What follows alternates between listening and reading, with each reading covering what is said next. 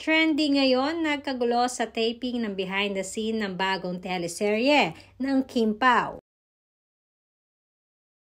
Spotted nga ang Kim Pao kanina sa Lapu-Lapu City, Cebu para sa first taping ng kanilang bagong teleserye ang Alibay.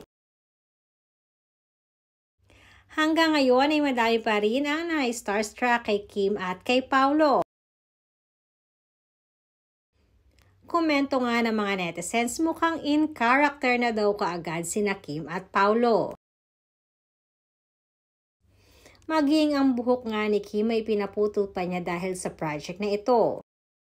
Na makikita ang umiiyak siya sa isang video clip sa na-share niya sa kanyang Instagram account.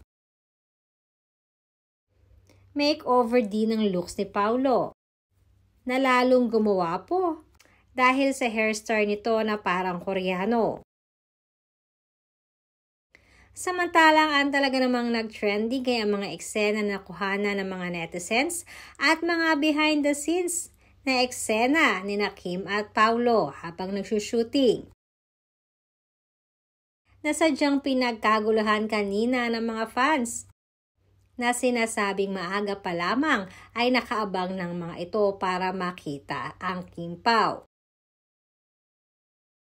Kaya lamang ay hindi naman ito nagustuhan ng ilan sa mga production at direktor ng nasabing teleserye.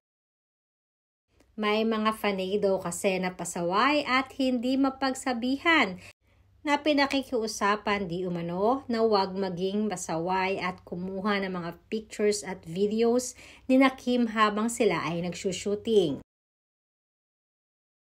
Alam naman natin na ipinagbabawal ito dahil na rin magli-leak ang mga inaabangang eksena sa teleserye.